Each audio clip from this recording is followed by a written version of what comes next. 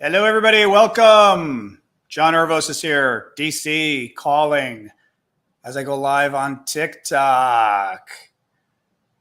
Boom. TikTok always takes a few buttons. Boom. There we go. Hey, everybody. Say where you're all from. The YouTubers are already talking about their shots. All right, TikTokers. I went live on TikTok and it's not showing anything live. All right, what? Lost connection. There we go. That was a little strange.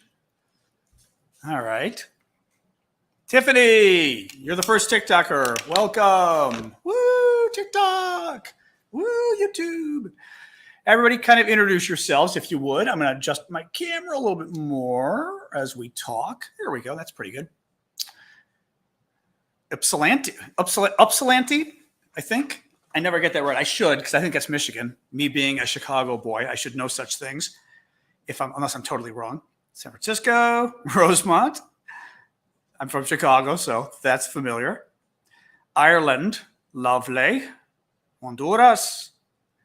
Always love Mars, Calum. Always enjoy your Mars. Washington State, Ohio.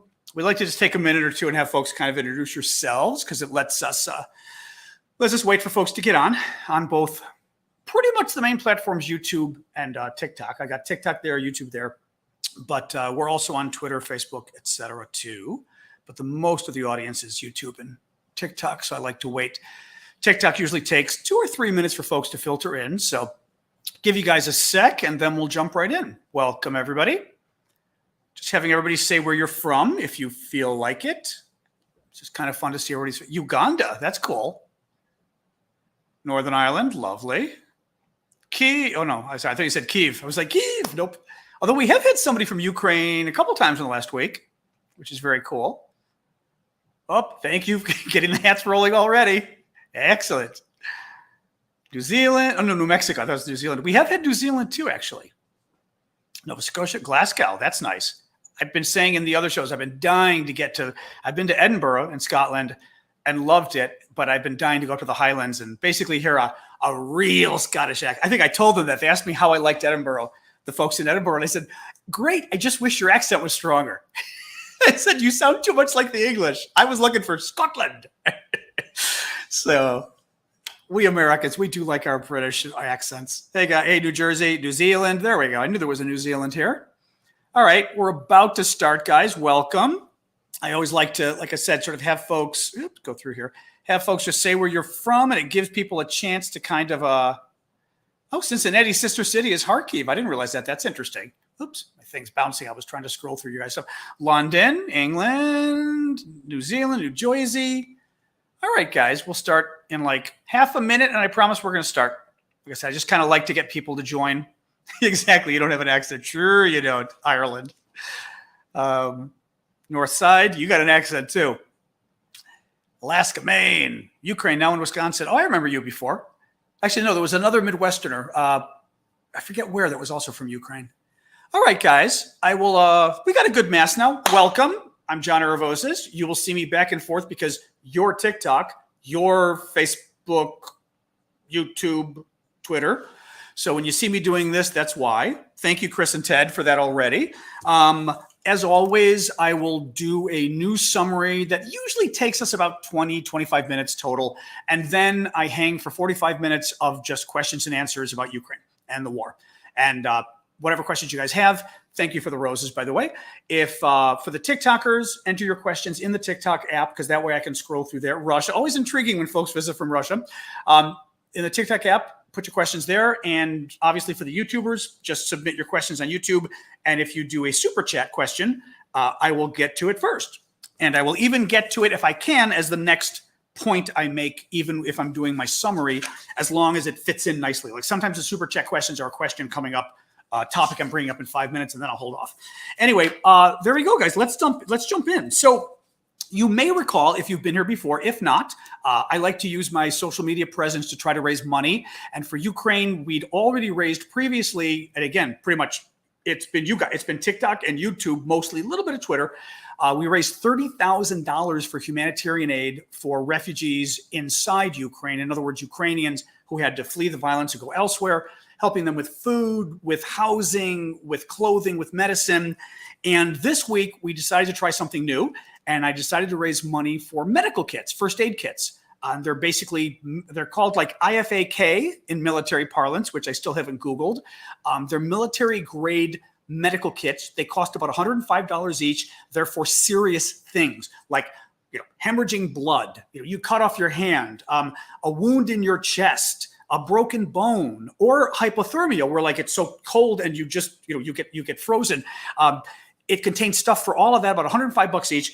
We have raised in the last 48 hours, the grant total so far is $7,274.01. I spent the remainder of it this morning, it brought the kit total, which everyone likes to laugh about. Thank you. The number of medical kits we've now bought is 69. I know. Have your fun. Okay, have your fun. The cryptocurrency people really like to joke about that number. So it's been great. I'd like us to raise more if we can. If we can't, this is still pretty good. I was hoping $10,000 for 100 kits, but 69 kits is amazing. 100, and I'll get to the substance real quick, but 100% of your donations go to buying the kits. I'm not taking a dime. Nobody else is. I am buying them and shipping them off to a Ukrainian American charity in New York that is then doing, tons and tons of shipment of humanitarian aid every week, and it goes as part of their shipment. I believe it goes via Poland, so there's no problem getting there. The border's open. I even checked in today with Vlad about this. There's no problem getting things into the country as long as you're not shipping to a war zone. Then it's a problem. Meaning trying to get things into Kharkiv now is hard. Mariupol, forget it. Any case, if I'm finished with this, if you want to donate, please do. You can go to the profile in my TikTok app. The link that says beacons, click that, and the very first thing will tell you how to donate. You don't need PayPal. You can just use your credit cards. But if you can help, that's great. And TikTok, I'm pretty sure, or YouTube, yeah, you guys already put your individual first aid kit. There you go. IFAK. Well, see, and the thing about the kits is, because I had a military friend walk me through this the other day when I had him checking to make sure I was getting the right kit. The kits come in these little packets like this that attach to your uniform. Thank you for that. They attach to your uniform. And he said the idea is, you get hit by a shell or something, you're on your back unconscious. Whoever comes to help you literally has the medical kit on your chest and they can get it, or getting it to help somebody else. Anyway, I'll stop talking. Appreciate your guys' help. $7,200 is still insanely good. If we can get up to 10,000, I'd love it, just because I'd like an even 100, but still. And we'll find something next week to donate to as well, if we can keep going. All right, let's get into the substance. So some good news, a lot of nasty news today on the human rights front. Thank you for that, the little owl. I'll start with some of the good news, so to speak. Russia was suspended from the United Nations Human Rights Council. So basically, the United Nations has a bunch of committees and things like that, I guess, if you were comparing it to a parliament or a Congress, and one of them deals with human rights. And it has actually a large number. I think it's like 53 members. So 53 countries sort of filter on and off this commission, this committee, and Russia was one of the members on it. Russia got suspended, which means they weren't kicked off, but they can no longer vote, and they can no longer offer amendments, which they would do to cause trouble. Whenever the committee was, thank you for that, whenever the committee was doing anything on human rights, which is what it does, Russia would always basically throw bombs just to try to kill any resolution on anything. Well, Russia got so upset that they quit. Like 2 minutes after they were suspended, they quit, and they said, this committee isn't good anymore. It's run by bad people. So Russia took its toys and went home, which is great. We found out that Russia threatened a number of the states right before the vote. The News got a copy of the letter Russia sent that basically said, hello, Norway. The letter basically said, if you don't support us, we will consider this unfriendly and we will respond in kind. It was like, dun, dun, dun. In the end, I don't have the tally in front of me. I did a video. It was around 93 countries saying kick them out.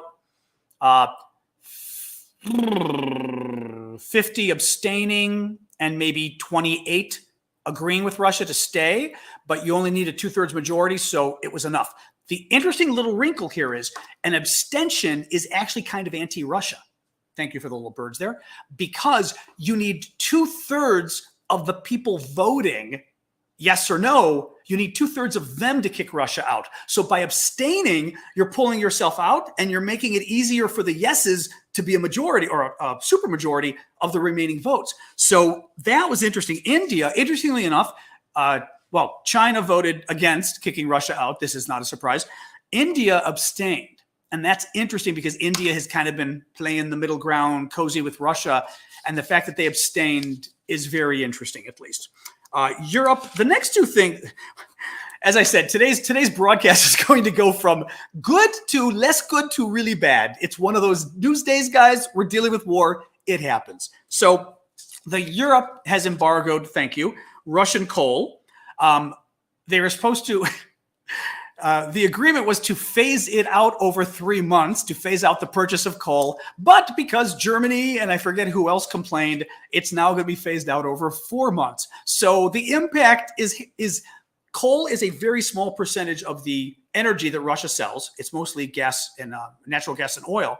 But also, they're now going to drag it out over 4 months because Germany is being problematic and everything else. I'm like, all right, whatever. Well, the second thing, but you might have heard, hey, but they're banning Russian ships coming to European Union ports. That's a good thing, right? Well, not so much, because apparently what they're doing, I mean, you can guess this one.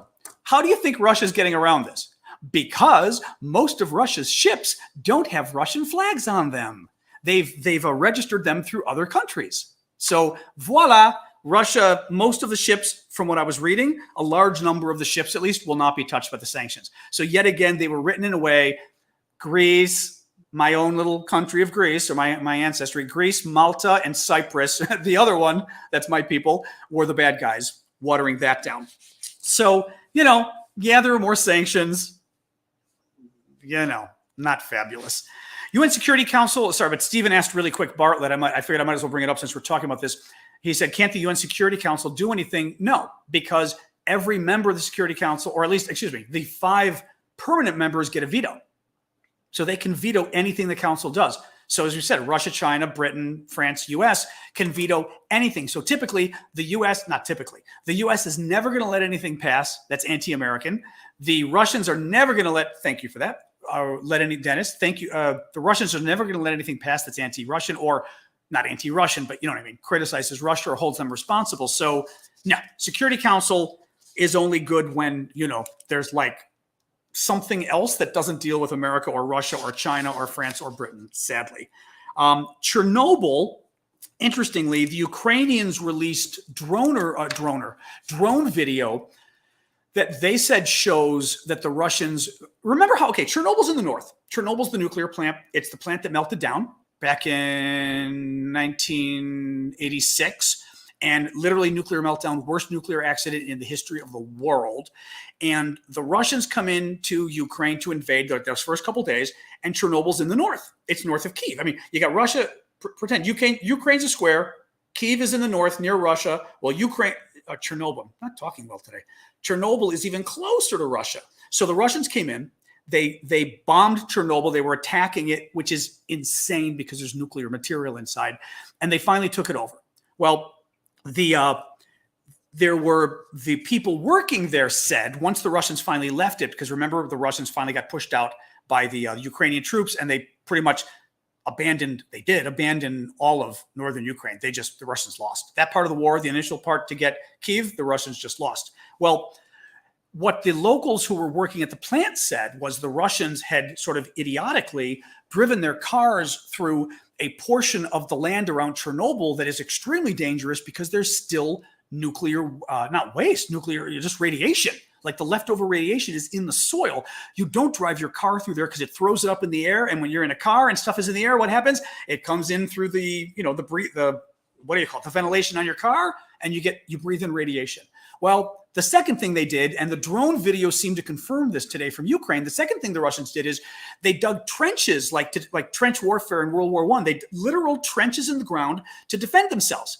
Right? Because it's harder to, if you're in the trench peeking out and shooting, it's harder to hit me than if I'm standing up and shooting, right?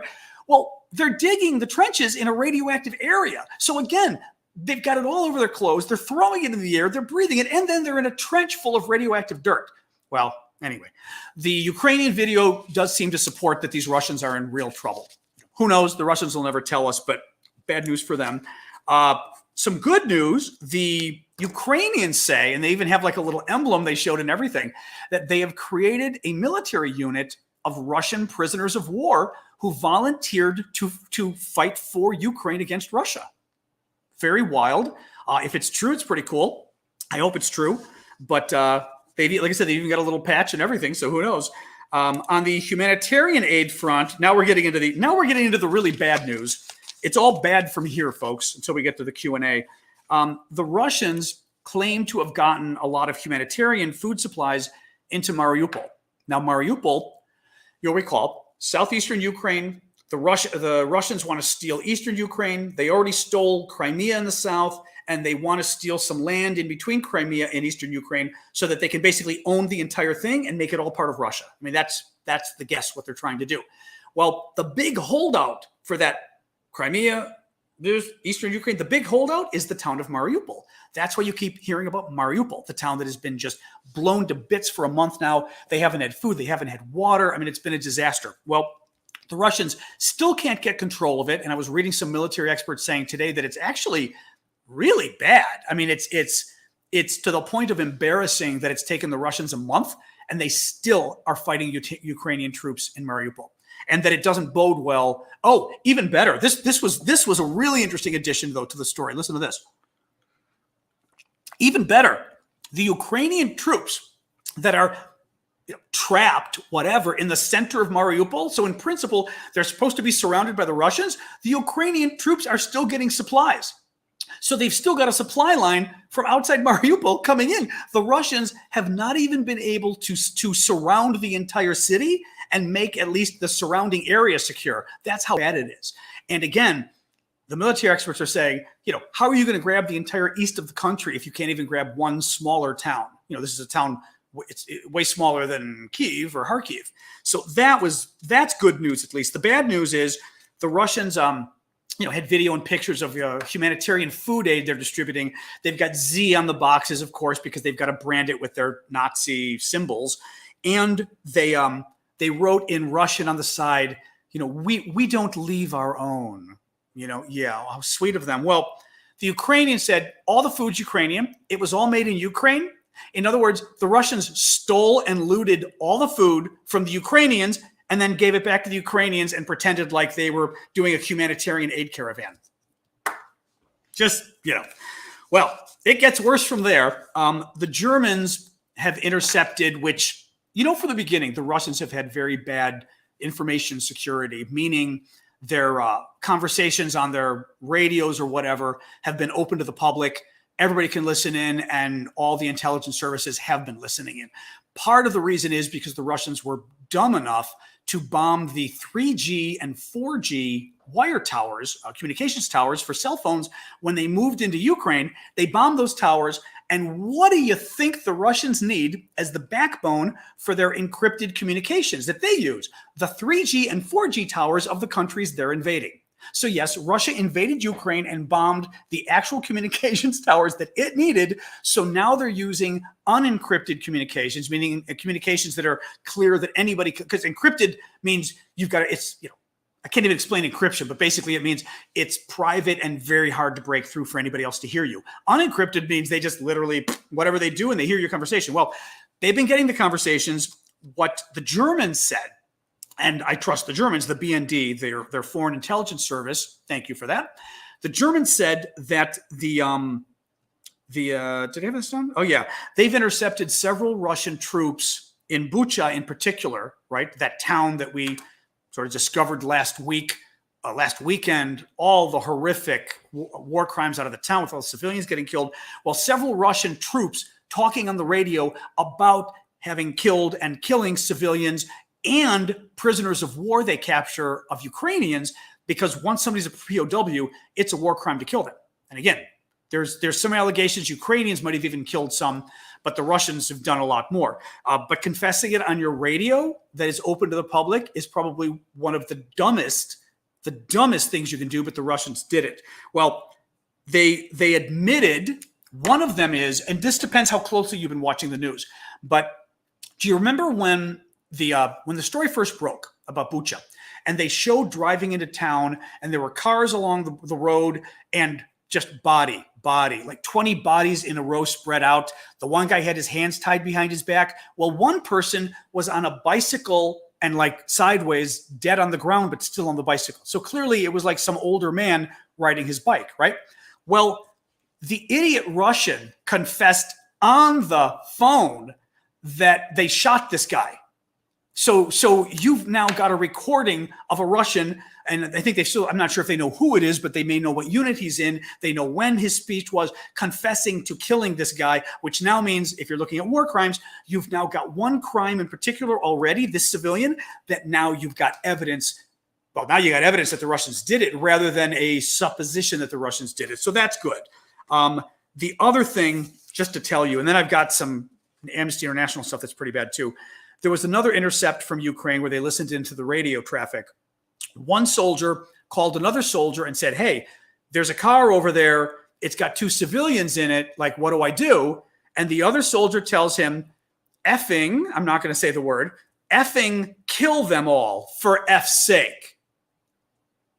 So nice people.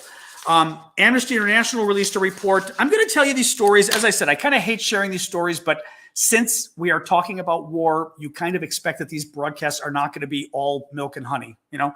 But I don't like sharing too many negative things because you run the risk of just getting so down that you kind of don't want to hear it anymore. And that's, you know, the sort of fatigue that you get from hearing too many war stories. But again, because the Russians are denying this, the war crimes, I think it's important to share them. So here are 2 from Amnesty that are really bad, and then a few from the Washington Post, and then we'll jump into the questions. So I'll just read the 3 paragraphs from Amnesty. One 46-year-old woman from the village of Bodanivka, these are not just Bucha, these are other villages, said Russian forces entered her village on the 7th or 8th of March and parked their tanks on the streets. On the evening of March 9th, the woman who lived with her husband, 10-year-old daughter, and mother-in-law heard shooting through their downstairs windows. She and her husband shouted that they were civilians and that they were unarmed.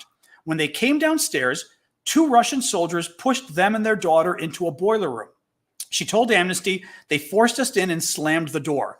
After just a minute, they opened the door. They asked my husband if he had cigarettes. He said no, he hadn't smoked for a couple of weeks. They shot him in the right arm, the other said. Finish him. Oh, they shot him in the right arm because he didn't have cigarettes, and the other soldier said finish him, so they shot him in the head. Worse, he didn't die right away. He went from 9:30 p.m. to 4 a.m. still breathing, but unable to respond. Second story, and again, I apologize. These are nasty stories, but you know, you got to know these stories because at least some of the story will stick and you'll be able to tell somebody else. Like even that, they shot a guy for not having cigarettes. That one will stick with you. But it helps because tell other people these stories, guys. On March 3rd, Katerina Chakova, 18, was at home in the village of Vorzel with her parents when several tanks displaying the letter Z showed up, which Russian forces have used to mark their vehicles. We know this.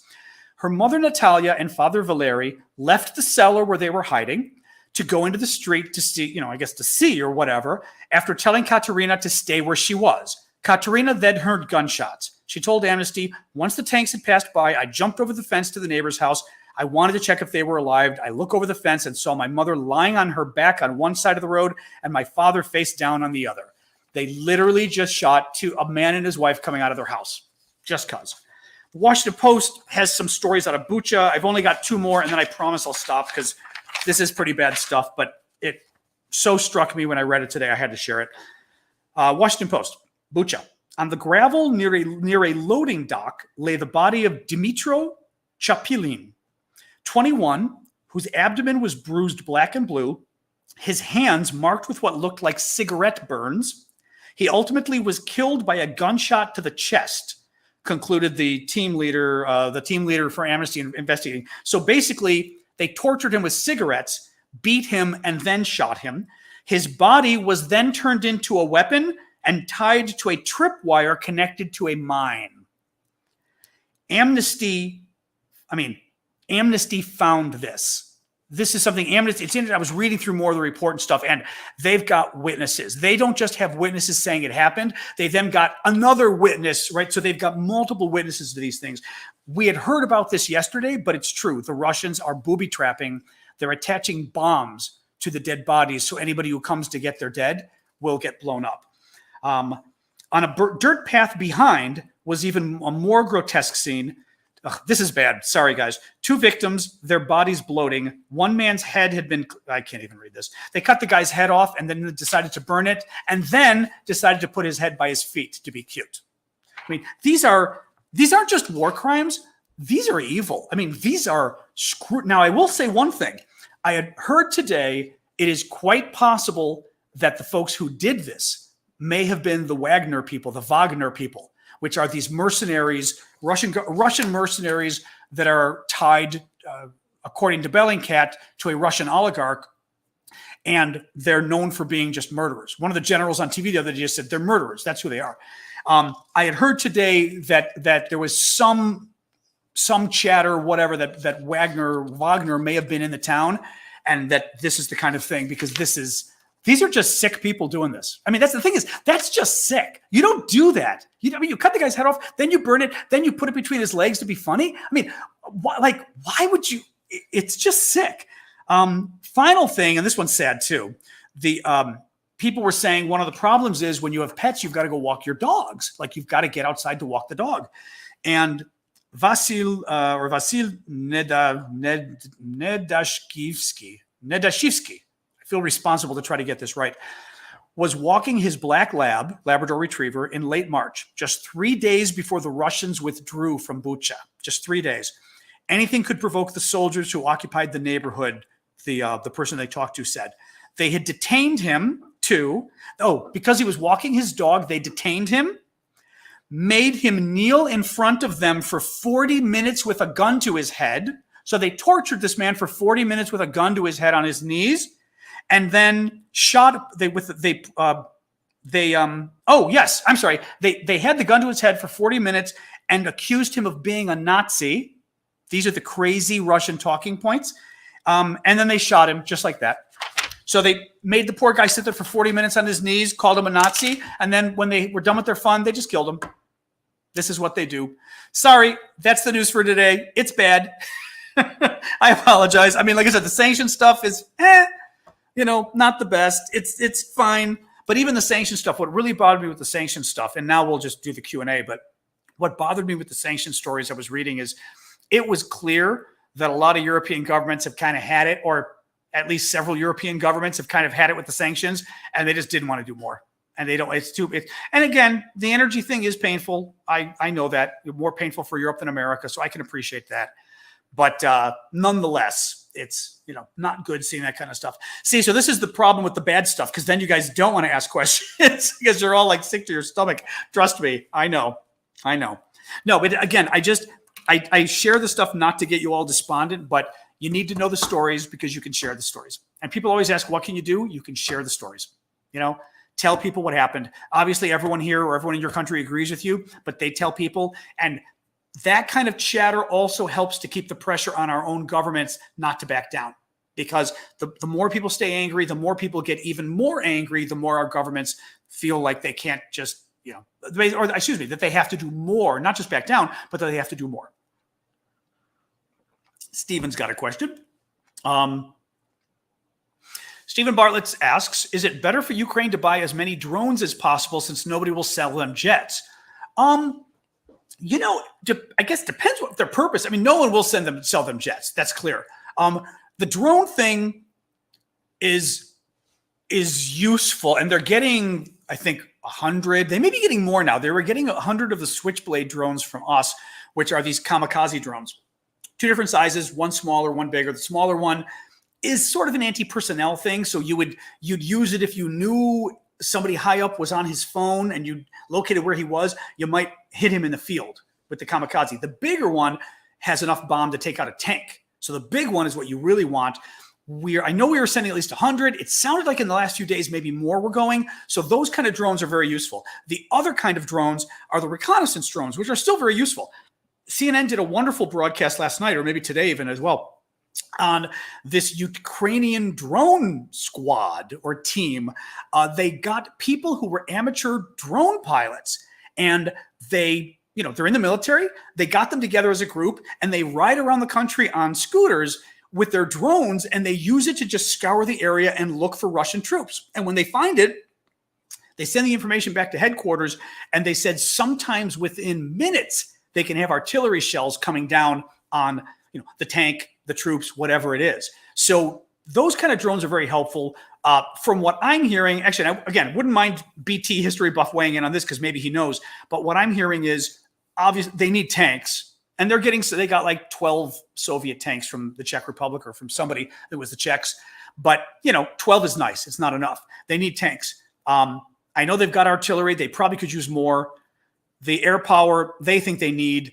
The drones, the kamikaze drones apparently are great. So from what I was hearing, they could always use more of the kamikaze drones because they're tank killers, So, and if you got 100, that's 100 tanks, but you could use more. But yeah. So I mean, I think drones are helpful anyway. And I had heard already that they were using drones for the reconnaissance. And the last point I'll say about the reconnaissance, thank you for that, which is very interesting, is smiling. They were saying that it was actually quite complicated what the Ukrainians were doing. And this was at the beginning of the war, that they were doing such a good job of pairing the drone reconnaissance with then the artillery coming in and really targeting where things are. That apparently is a rather sophisticated move. And the military folks I heard at the beginning of the war were very impressed. Now, and maybe in retrospect, we're not surprised they're impressed because now we know how great the Ukrainian army is. But anyway, it's apparently a very laudable thing that they're able to do that. Laurie, I see the duck. Thank you. Laurie Kane, do you think Zelensky is on some kind of antidepressants to get him through? I know, not to numb him as such, but anyone would have a breakdown. I mean, what has got to be hard. Also, what's got to be hard too is I don't know that how you react until it happens. Like September 11th freaked me out. I didn't know it was gonna, but it really freaked me out. And I didn't realize I had PTSD.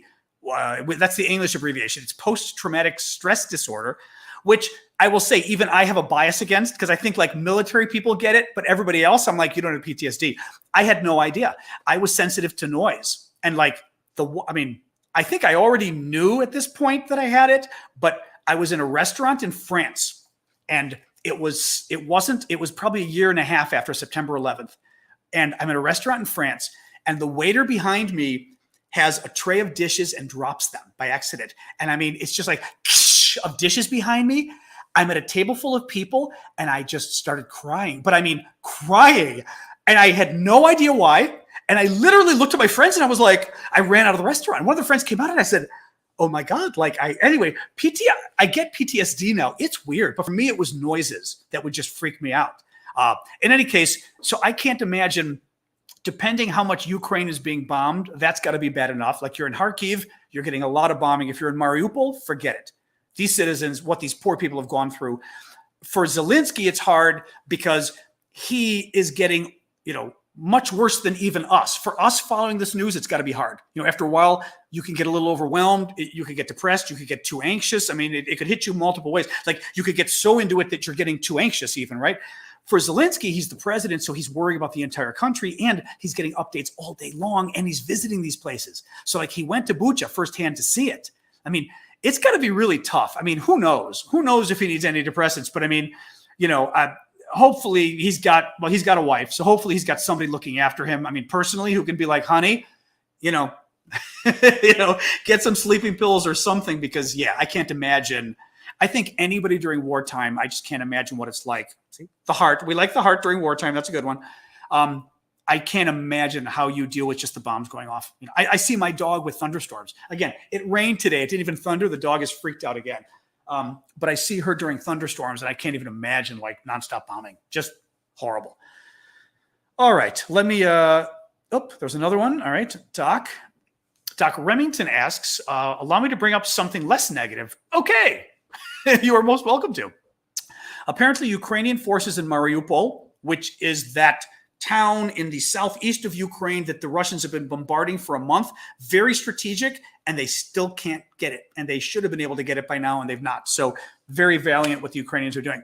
So apparently Ukrainian forces in Mariupol are not only still resisting, but also still have access to operational armor. So they're probably being resupplied somehow. Yes, you probably joined late because I mentioned that earlier, that they were just saying on the news today that, not on the news, I saw somebody on Twitter, one of the military guys I follow, who's a military expert, and he was saying that the Ukrainian troops in Mariupol are still getting supplies. They're getting supplies from the outside, which means the Russians have not sufficiently surrounded the town. Like the Russians have stopped humanitarian supplies from getting in. They keep stopping the Red Cross, but the military supplies are still getting in.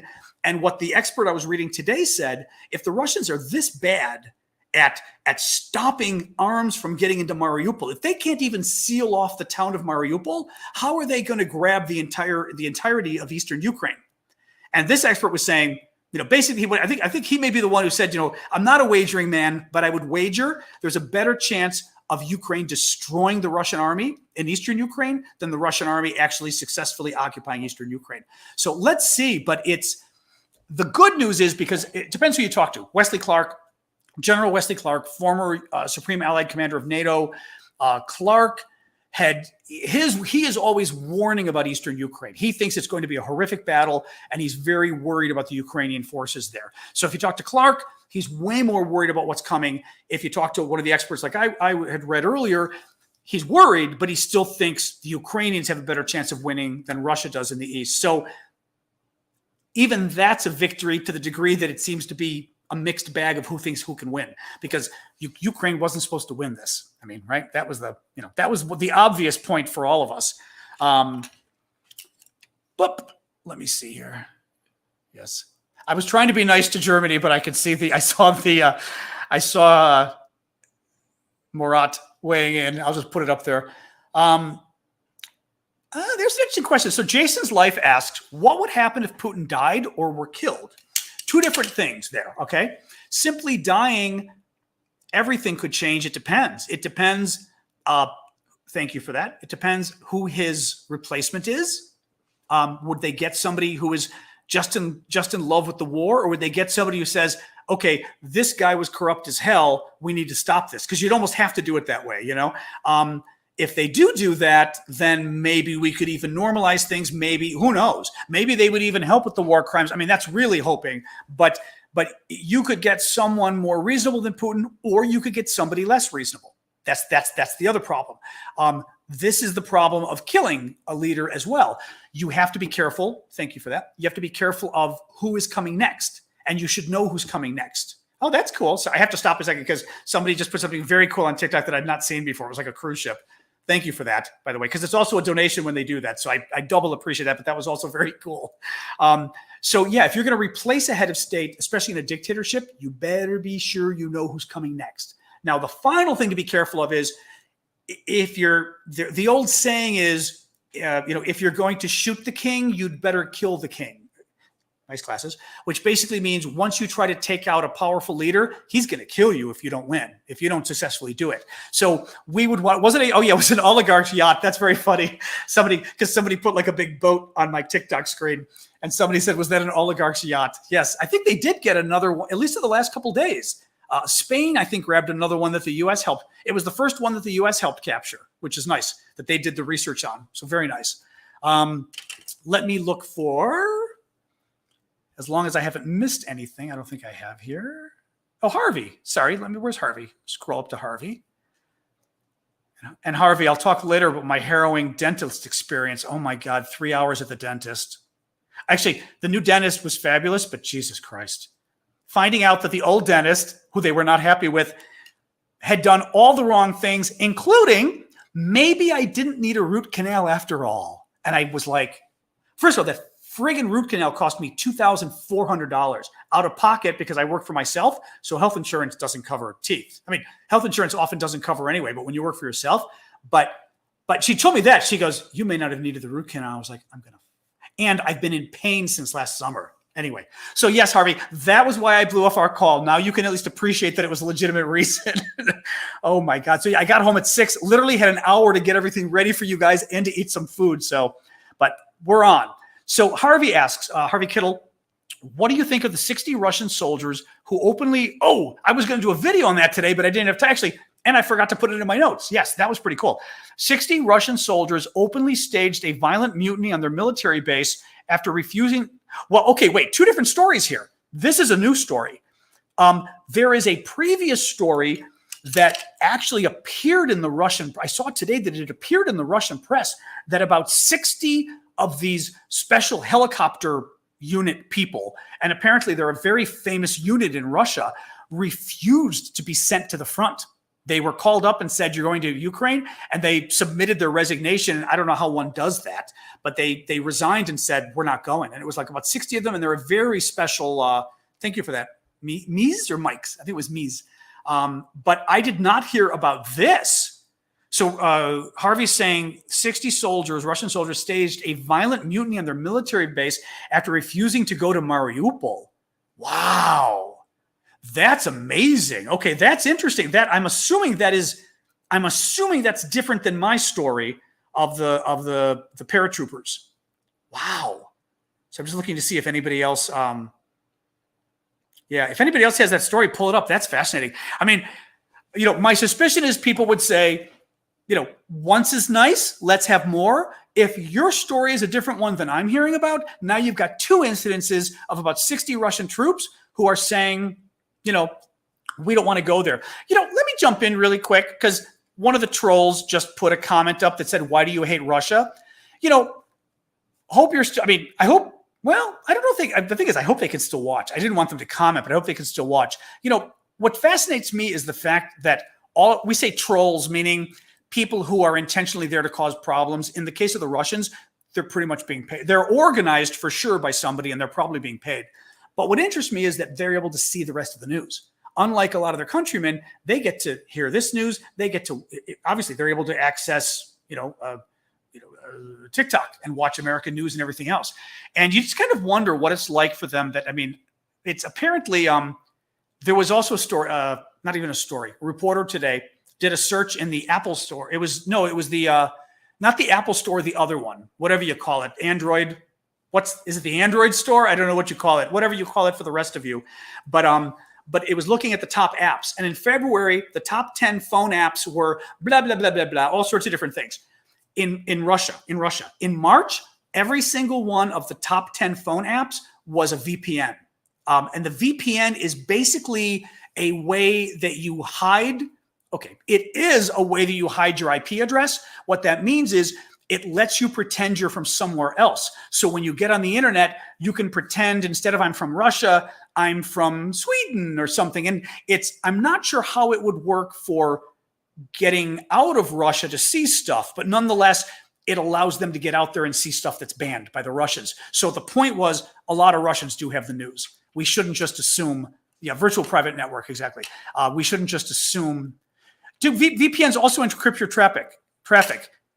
Okay, that's what I thought. I was getting mixed up because wait, am I mixing the two up? Because I've had a VPN, but I remember it was encrypting my traffic, but it also was showing me as being from another country, right? That was the other thing. It hides your location. That was it. Yeah.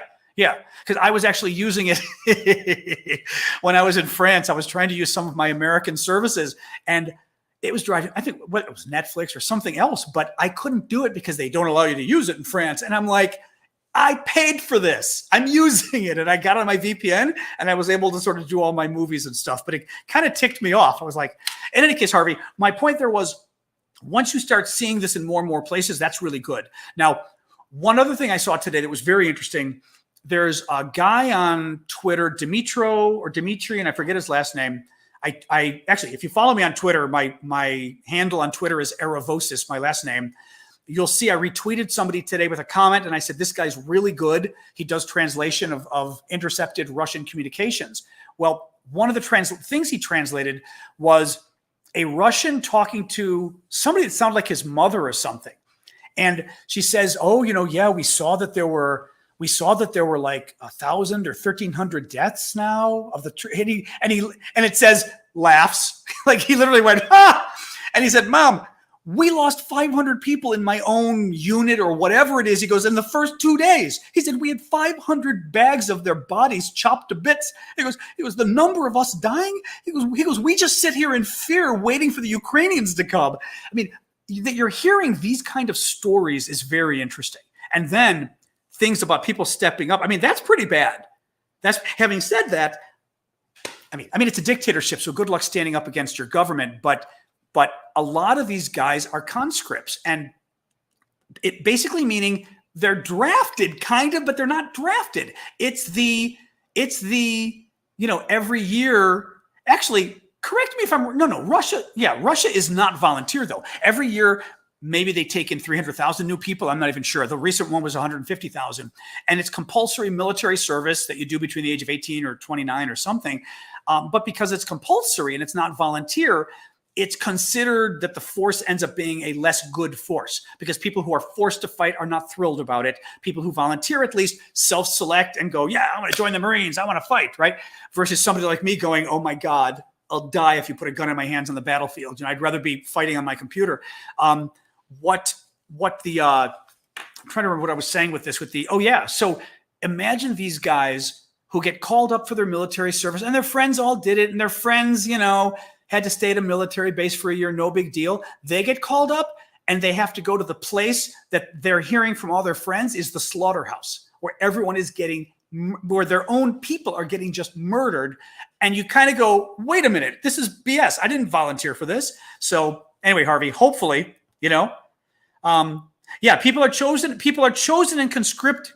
Well, okay, I guess that's it. But for some reason, they're not calling it a nationwide mobilization. So I don't know what the difference is there. That's what I don't get, But maybe it's a matter of such as because, as I said, the most recent tranche they took on April 1st, they designated the new men joining the military, and it was 130, 150,000, what's 134,000, something like that. That's not that many, but they do allow you to continue too. So if you go for a year, you can go for another year. So, et cetera. Oh God, don't ask me, Steve. What's the most important weapon for Ukraine to have? I am not the military. I would guess tanks, but I'm not the expert here. Anybody else have an idea? Let's assume they can't get the planes again. In terms of other weapons, and even the planes, the U.S. keeps disagreeing on the planes as to whether they could take care of them, whether they could really upkeep the planes as well. I would think tanks from everything I'm hearing, because planes, it would be great if you could control the airspace entirely. Yes, right? Because then you could be attacking things from the air in general. Tanks, I know they've talked about because of the battle in the East, and now that whole, the Donbass area, all the fight going on there now. What I was hearing was tanks are going to be hugely important for that, because part of it, and again, I'm not a war guy, but part of it is the tanks let you fire at a very long distance so that you're able to take out other tanks and Russian troops without, engaging them directly. So that's what I had heard. I don't know anybody else. Well, missiles, but it depends what the missiles are for, Stacy, I guess, like meaning anti-aircraft missiles, well, okay, here's part of it too. Part of it, I guess, goes, cruise missiles would be great, but are we talking in the universe of the possible is kind of how I think, and I think the universe of the possible, maybe the MiGs are never going to be the possible. More tanks. We know they gave them some tanks. If they gave them a lot more, that wouldn't be a bad thing. Amber Curry, do you think Zelensky is still Putin's main target? Oh, I think so. I feel like if he wanted him, he'd work harder and have him by now. Yes. What I would say with that, oh boy, lots of stuff popping in here. If I lose anybody's comment, mods, let me know, okay? Because sometimes I talk too long and then the comment disappears. Zelensky is absolutely Putin's target. I mean, Zelensky is still the guy holding the country together, and he's also holding the world together. He's the world's mascot of this war. I mean, everybody loves him, right? And he's clearly holding the country together. The thing that is interesting is, and I was asking a friend about this the other day, Kyiv, he hasn't bombed. I mean, with his cruise missiles, he could have destroyed all the government buildings in Kyiv if he wanted to. So, I mean, Putin could, and he hasn't. And I was like, why hasn't he? I guess, there you are, TikTok. I guess it's, well, first of all, maybe he doesn't want to kill, Zelensky. Maybe he doesn't want to make him a martyr. Maybe he wanted to try and execute him as well. I think, again, remember, Putin thought he was going to get Kyiv in 3 days. He thought he was going to take over the Ukrainian capital in 3 days. He probably was convinced he was going to grab Zelensky, have him on TV, handcuffed, put him at a show trial as a Nazi, the whole deal. So maybe that's why they haven't fired either, is he wants him alive. But I agree. The other thought was that the Russians may have wanted to showcase Kyiv as in, look, we now run the country and we now have our friendly government. And look, nothing has been touched. We told you the war was fine. And whereas the rest of the country, of course, is a disaster. Let me Lijo. It is against the law to join war during peacetime, so these soldiers get away with it as it's not officially war. I mean, well, get away with, I guess it depends with what exactly you're referring to. You know what I mean? With the war crimes? Or, oh, I'm sorry. Oh, I see what you mean. You mean with resigning. Oh, that's interesting. Oh, that's interesting. Okay. Li Zhou is saying, since Russia is not officially at war, and Putin says this is a special military operation, but not a war, then you are legally allowed to resign from the military. Now, the only question is, I would suspect you've still got to do your 1 year, though, probably, because that is the commitment, isn't it?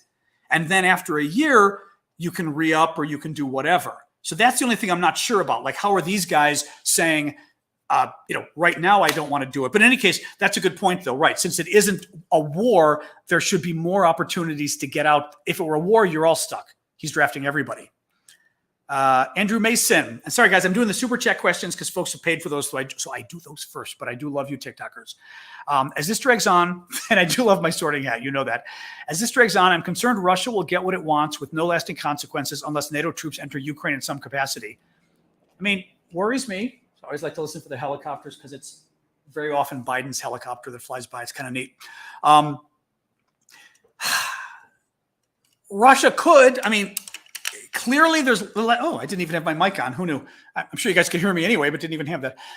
I took that off when I was getting whatever it was. Russia had a better chance of getting what it wanted at the beginning of the war than they do now, meaning we all thought Russia was going to get everything they want. Now, at least, the Ukrainians have kicked them out of northern Ukraine. We're still worried about Kharkiv and whether in the northeast, the second biggest town, whether Putin's going to make some massive push for there. They're bombing the hell out of it. We're worried about eastern Ukraine.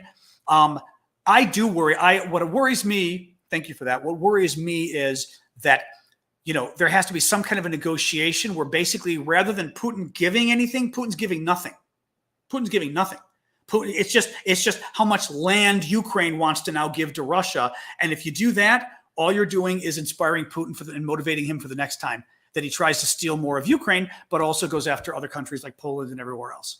So I agree. I don't know. I appreciate the concern about putting boots on the ground, but we could have sent tanks and we could have sent more tanks and we could have sent the fighters, and we chickened out and we let Putin scare us and we just chickened out. And I think it's BS.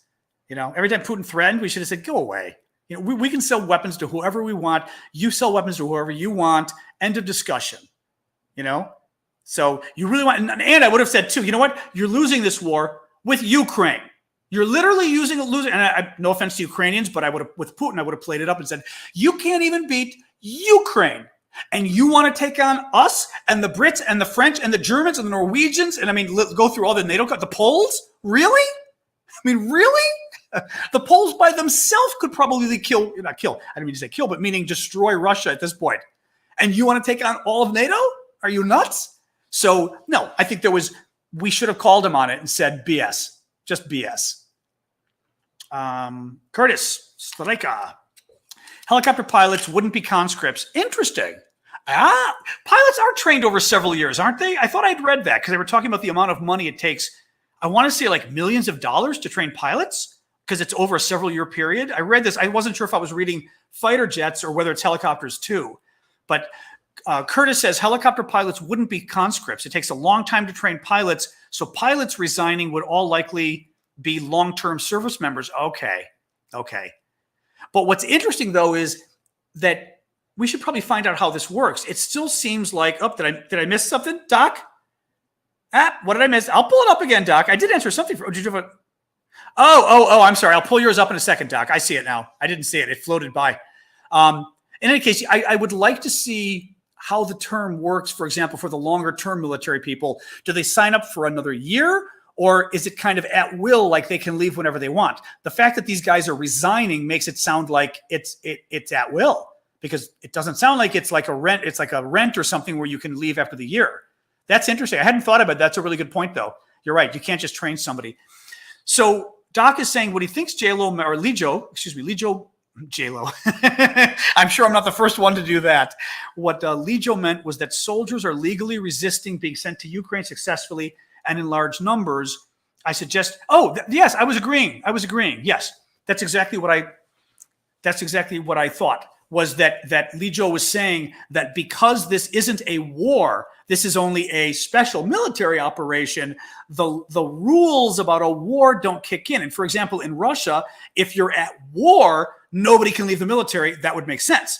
But if you're not at war, then as already forgetting names here, right before Doc, I'm sorry, I'm already forgetting your name, had said, Curtis, I'm sorry, that as Curtis had said, if you're just sort of a long-term you're on a long-term contract, you can quit as long as it's not a war. Yeah, no, correct, Doc. That's exactly what I understood Legio to say. So that's good. We agree. All right, guys, tell me if I missed any questions on the YouTube side, and I will jump to TikTok questions. If somebody can tell, actually, somebody in the TikTok comments, maybe just explain how you enter the comment so I know how to read it, but somebody just asked, how do you actually enter a comment? I don't know how you do that, actually. Interesting, Jordy Dill asks, thoughts on sort of Russia's, and thank you for the lights, by the way. Thoughts on Russia's response if Finland and Sweden join NATO? Well, they're going to flip out. I mean, we know that. At this point, I would tell Russia to go screw itself at this point. It's going to depend. I almost get the vibe that Finland seems to be progressing a little quicker than Sweden, but maybe not. But I get that vibe from the news. There was more news from Finland today or yesterday about this. But Putin's going to flip.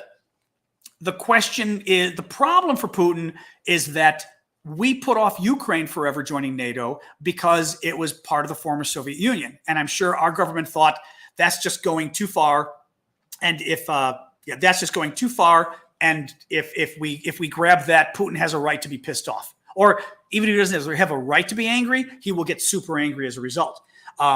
In the alternative, Russia always tried to conquer Finland. They never really conquered it, right? I mean, they had did what they could to force Finland to be neutral, but how neutral was Finland really, right? I always considered Finland to be part of free Europe, so to speak, even if the Russians made them kind of hold back a little bit. And Sweden, sure, Sweden says it's not aligned. Please, Sweden's Sweden's one of us, I think. So I think you've got a better argument for Sweden and Finland saying, you know what, these are traditionally independent countries. You can't tell them who to join. If we could accept former Soviet bloc countries like Hungary and Bulgaria and Romania, into NATO, we could certainly let independent countries like Sweden and Finland, right? That's not even close. Lee Brown, if all the NATO nations sent enough forces to overrun the Russians and positioned them near but not in Ukraine, wouldn't that turn the tide? Well, depends what you mean. Sent enough forces where exactly? Near but not in. I guess what you're saying is if we sent our forces to try to scare them. In other words, we pre-positioned a ton of forces in the Baltic. Well, you'd have to do the Baltic countries to protect them from Russia. Poland. And then, well, if you really, Hungary wouldn't let us, but you'd really want to do like Poland, Hungary, Slovakia, Romania. So you've got like a whole swath here of Ukraine as well, right? Hell, even better if the Turks would let us do it. But you would certainly freak out the Russians. The question becomes, obviously the concern becomes, are you making an accident more likely to happen? Like, a Russian missile goes the wrong way and blows up a bunch of our troops and we declare war, like that kind of a thing. That would be the concern. I think what we should have done at the beginning is we should have sent a bunch of troops to Alaska, because what I was hearing at the beginning, and apparently is true now, that Russia, initially the number was something like Russia's sending 80% or 90% of its like active duty best forces, available forces to Ukraine, because Russia's 11 time zones. They got a military of 1 million men, but they need a lot of people to spread around the country. It's 11 time zones. It's a ridiculously huge country. I had said from the beginning, well, if Russia's moving everybody to Ukraine, 11 time zones away, put 5 or 10,000 American troops in Alaska and just freak them out. Get a lot of America's fleet and maybe move them a little bit closer to Russia in the Pacific, maybe near Vladivostok in the south. Just do, and I don't mean things to freak them out as if that's the goal, but I mean, make them have to put a few more troops in the east, just because I know as an American, we're never going to invade and take part of Russia in the east, but they're just crazy enough to believe we will, because they think America's crazy. We'd never do it, but let them think we do it, so then they have to keep more troops in the east. So exactly. Well, as an Alaskan, I wouldn't want to necessarily impose that on you, but I mean, seriously, could you imagine? I'd worked for Ted Stevens back in the day. I could see Ted Stevens having said that. Put the troops there. Put 5,000. Because Ted would like it because it was getting more money for Alaska, and that there's always the chance that more troops would stay. I don't want to get into the esoterics here, but the senator I worked for was quite a picture. All right, did I miss anybody on? Thank you for that. Let me know if I missed anybody on YouTube. Otherwise, I'll grab another TikTok. We're doing good. We've got at least 15 minutes of questions left, so don't worry, folks. That was weird. Yeah. I meant to put that in my notes. Molly Quilt asks, why did Russia admit to heavy military losses? I meant to put it in my notes today. And again, since I had like an hour from dentist to this, I forgot. The Kremlin spokesman, Dmitry Peskov, said today that Russia had suffered, and correct me if I'm wrong, significant losses, which I think was very interesting, significant losses. Be kind. Okay, Curtis had another one. I'll put Curtis's up so I don't forget, but I'll finish with this. That Russia had suffered significant losses and that the deaths were something like a human tragedy, but he made it sound like it froze? It didn't freeze. Oh, all right. I'll come back. Hold on. It froze on TikTok. I didn't even do anything this time and it froze. Man, that's weird. How crazy. All right, I'm back. I now get to make my skin a little less orange on TikTok. There we go. That is crazy. I have no idea why it did that. Usually TikTok just lost connection. Don't go there, TikTok. There we go. Hello, welcome back. My mother did not call tonight. I have no idea why TikTok got weird. Not my fault this time. Whoa, that was a little bright. Not my mother's fault. So yeah, that was weird. Sorry, TikTok guys. It just froze. I have no idea why. We were talking, and of course it lost the question. Now I forgot what the poor guy's question was that I was responding to. Oh, well. Sorry, guys. It just TikTok froze. I didn't do anything, and my mom didn't even call. You may recall last night, Mom called at this hour, and it knocked you guys out. This time it did not happen. Russian spyware. It wasn't Mom. No. I did call Mom right afterwards. It's funny. Somebody in the comments on one of my TikTok videos said, "Did you call your mother?" And somebody else thought they were being mean. And I was like, no. She's right. I did. I called Mom right after. So Mom's cute. Mom was fine. She goes, "I just wanted to hear your voice. I was lonely." I was like, "Oh." So we talked. Mom's funny because she likes to know about the war. So she was asking me, I think it was about Putin's daughters or something. She was asking me, she goes, "What's the news with Putin's daughters?" I was like, "Okay, I'll tell you." But it's kind of cute. I have like my own little session with Mom every couple of days where I just fill her in on hair's hanging in there. It depends on the day. Today, my hair is behaving. We can talk about my hair at the end. So anyway, let's go back to the question. So Curtis had said, and I missed it, I'm sorry, if I were Finland or Sweden, I would send Russia a picture of all of their farm equipment as a warning not to invade as they attempt to join NATO. Seriously. No, I mean, the thing is, at this point, it drives me nuts.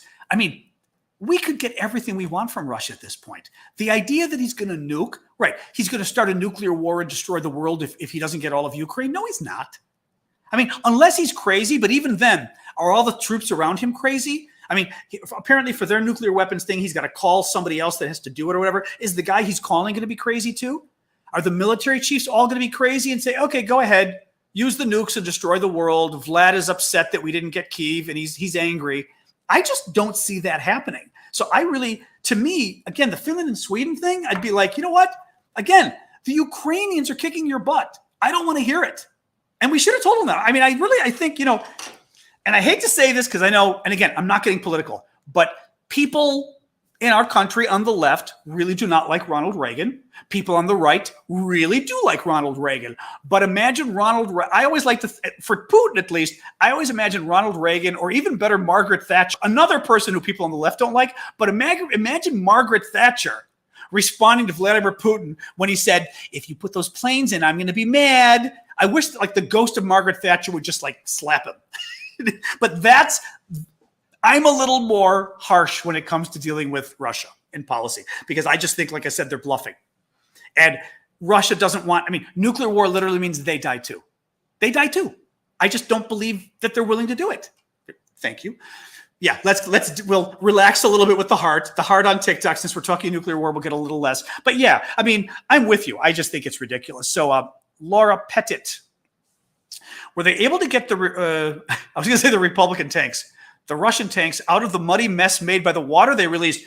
I saw a video, I saw a picture today. So, okay, part of what's been really fun with what's going on in Ukraine right now. Oh, I'm sorry. Welcome. There's a few more people who came in because we went offline and came back. I'm John Arvosis in Washington, D.C. We're at the question and answer period of this discussion on Ukraine, where folks come up with their questions and I try to answer them. But Laura Pettit asks, what about all the muddy waters and the tanks? If you recall, one of the kind of actually dumb on so many levels for Putin here, one of the problems with the Russian invasion is they invaded like 2 to 3 weeks before the muddy season in Ukraine. Spring comes and Ukraine turns into a swamp, like a famous swamp of water and mud and horrible. And it's bad enough for the troops, but the tanks sink. Well, I saw a picture today, and it was hilarious on Twitter. It literally is like a road and this water, and there's the gun of the tank sticking out of the water like an elephant breathing when it's walking across the ocean. The tank's snout is sticking out, and that's it. The tank is gone. It just sank in the mud. That tank's not moving for a long time.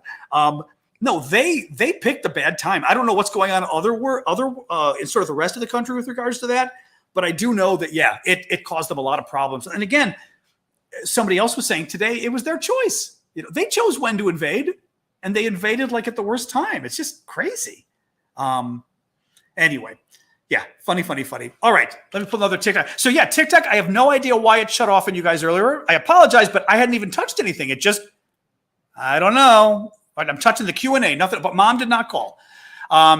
But, I'm sorry. I don't know. It was Molly's question. So Molly's question was, why did the Russians admit to these heavy losses? I have no idea. I think it's because, I do have an idea. The Russians today said that they had significant losses. They had taken significant losses in Ukraine, and like the number of losses were a tragedy. Them admitting that means things have gotten so bad that we can't, even our lies won't sell anymore back home, that too many dead bodies are coming home and too many people are finding out about their dead kids. Because at some point, even in a dictatorship, at some point, you've got to tell people that their kid died, even if you're a horrible dictatorship. And that's the only reason I can see where they're saying it.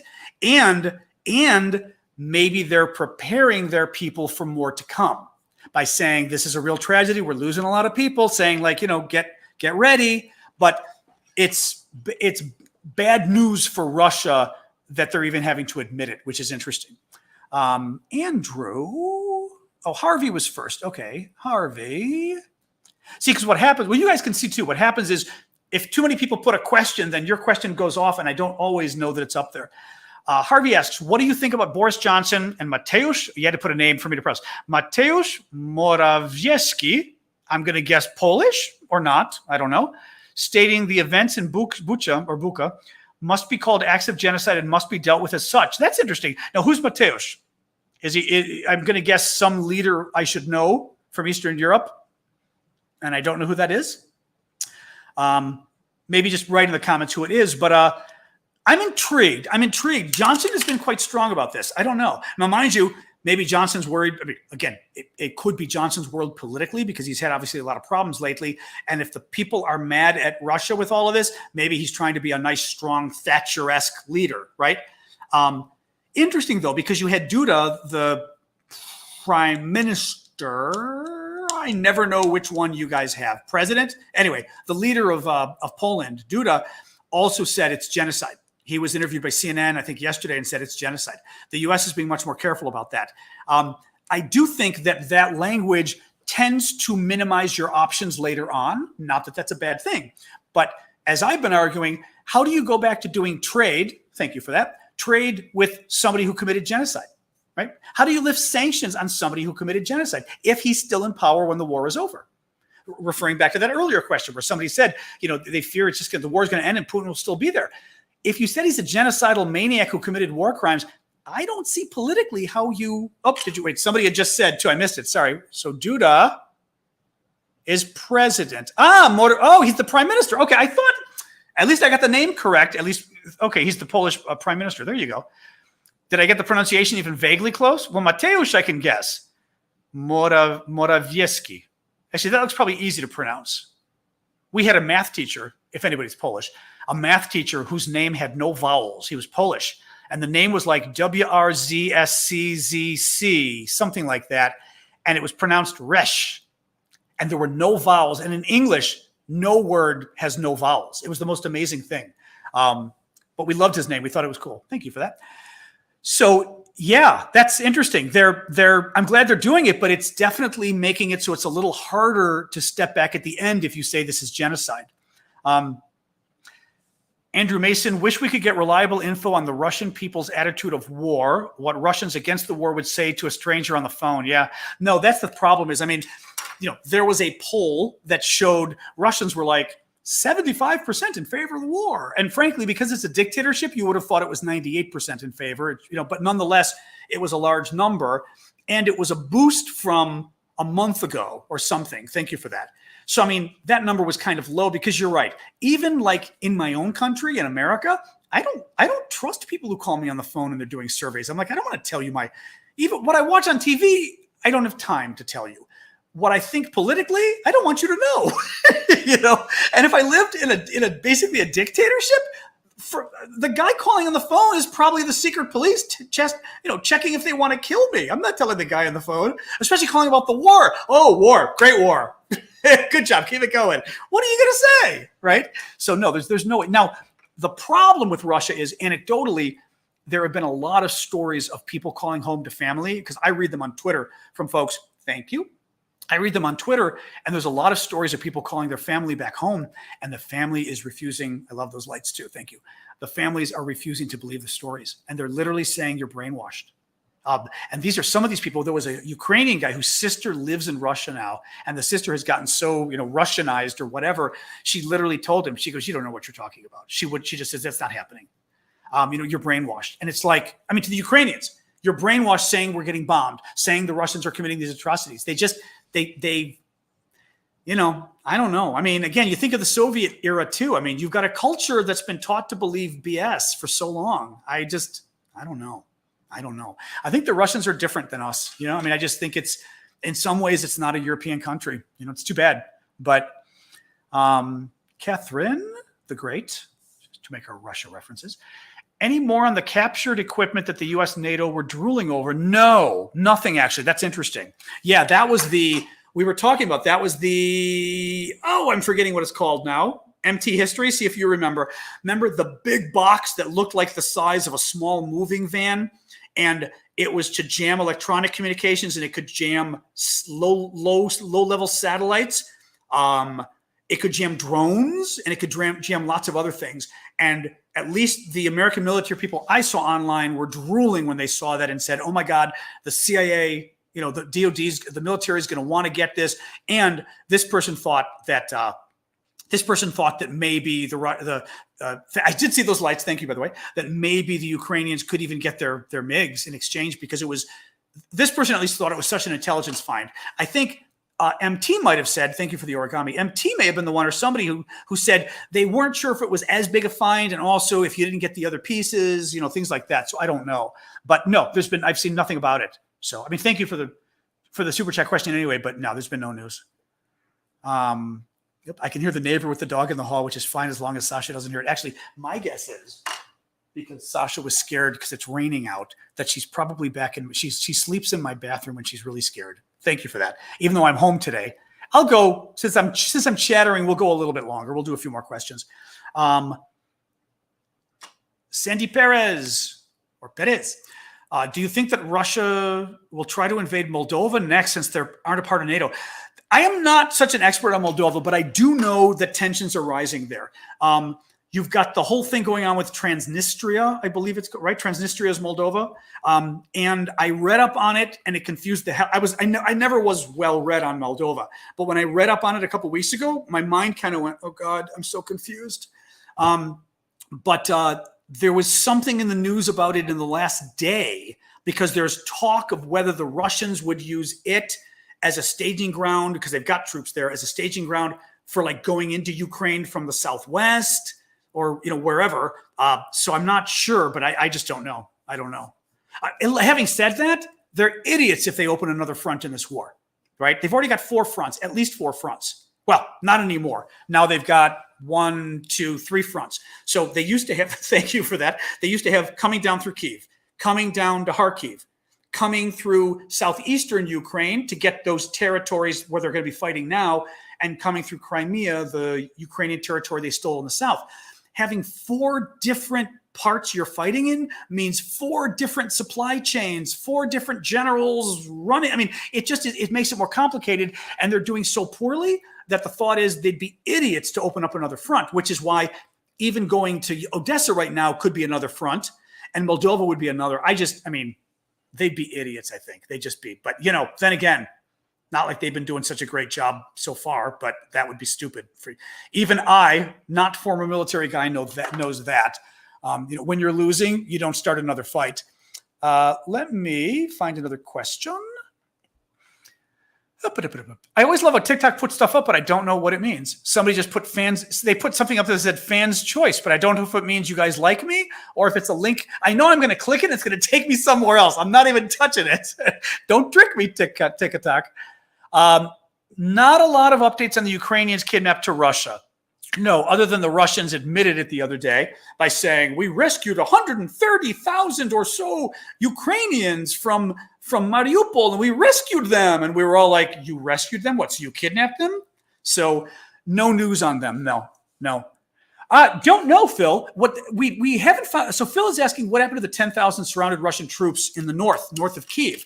We know all the troops are gone now. What we don't know is how many were killed, how many were taken captive as prisoners of war, and how many escaped. And either escaped to Belarus. The ones that are injured or exhausted went to Belarus to try to recuperate.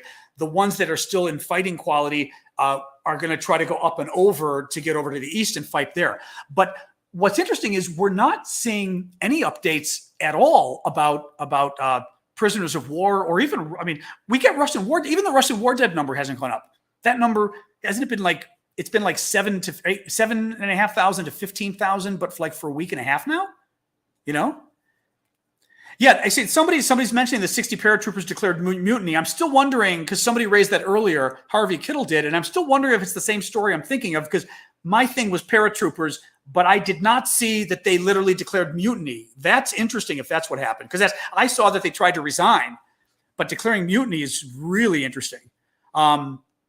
Okay, Bree Greer asks the tough question, but it's the big question. Do you think Russia will use biowarfare or nukes? Let's start actually with chemical warfare, because that's the third one we're worried about. Russia has used chemical in Syria, and they were happy to do it, and the world let them get away with it. So, would they use chemical weapons? I think so. And part of the reason, frankly, is even though we've warned them, you better not. What worries me is when every time I touch my phone, it bounces, but you can see that would be my TikTok phone that you guys see in the corner there for YouTube. Every time we say that, oh boy, we better not engage Putin militarily, or it's going to be World War III, the end of the world, we're telling Putin that we're never going to engage him militarily because it would be the end of the world. And that tells Putin, well, maybe this is just like Syria, right? I drop a chemical weapon on a lot of people, kill a lot of people, and as far as what about the chemical labs in Ukraine, they don't exist, so it's not a problem. Thanks for asking, though, by the way. Thanks for the doves, too. But yeah, so he would use the chemical weapons. He would use them. That's the problem. Yeah, I think he would. And also because we've shown that we're afraid of going to war. Bio, probably same thing.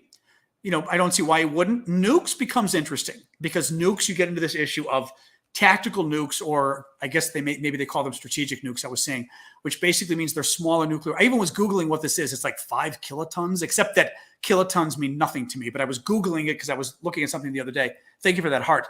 But they're small. I will tell you, for example, I had looked at, there was a map that somebody created estimating different nuclear weapons and how many people would be killed and injured, et cetera, different places on Earth. Of course, I looked at Ukraine. I'm not even going to name cities. I took a very big city, and it showed like 15, a tactical nuke still could have, 5,000 to 15,000 dead. And then, maybe the same number of injured with radiation. But mind you, that's an itty bitty nuclear weapon that's meant to be for the battlefield. So, but you use something, I think Putin uses something like that, and I think we're at war. Meaning nukes. I don't see how he even uses a small nuke without it being war. And I think, now mind you, war could be something different. War could be Ukraine is getting every single weapon it wants out of the U.S. arsenal and out of the arsenal. We are moving into Ukraine. We're taking every piece of land that is not occupied by Russians, which means 2/3 of Ukraine is liberated for good. We move in from the west and we say, we're going up to Kyiv. We're going all the way down to this river that literally Odessa is free. You bomb Odessa, you're bombing NATO troops. It's up to you, Putin. But I think that's what happens if a nuke is used. And it still allows us to maybe say we're not getting into the war. But I think if a nuclear weapon goes off, all bets are off as to what happens then. The response has to be huge. It just has to be. All right, I will jump back to another TikTok question. And then, all right, I am going long today, but I'm in the mood because I think getting over that dentist visit was like, ugh. All right, I'll do 2 more questions, whether they're here or here. No, that's great. Yeah, the Germans want to be good. And then, I love France too, but France does that sometimes too. Let me find another question here, and then we can maybe go to one more YouTube question. Well, that's an easy one. I mean, Elena, Russia still has a permanent seat in the UN Security Council because that's the way it was when we set up the United Nations after World War II. So there's no way to get them off. There's just no way. We would have to it's almost like amending our own constitution in our country. There's just no way to get rid of them. There's just no way. I don't know whether the whole Security Council would have to vote on it to change it or something, but there's no way to there's just no way to change it. Russia would block it.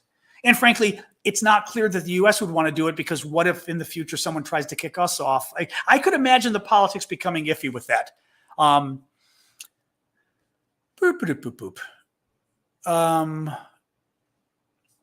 Don't know whether Russians are pushing back against other Russians. We just don't know. Oligarchs, we're still not really seeing them rise up. We just talked about a lot of these questions were the questions we had. We just talked about the chemical weapons from May Ray. Why not? Let's make unless somebody throws in a last one on YouTube. This is kind of a good question to end with from a TikToker. Smiling's free. If you're still on, if you're not, I'm sorry. How do you think this will end if you had to guess?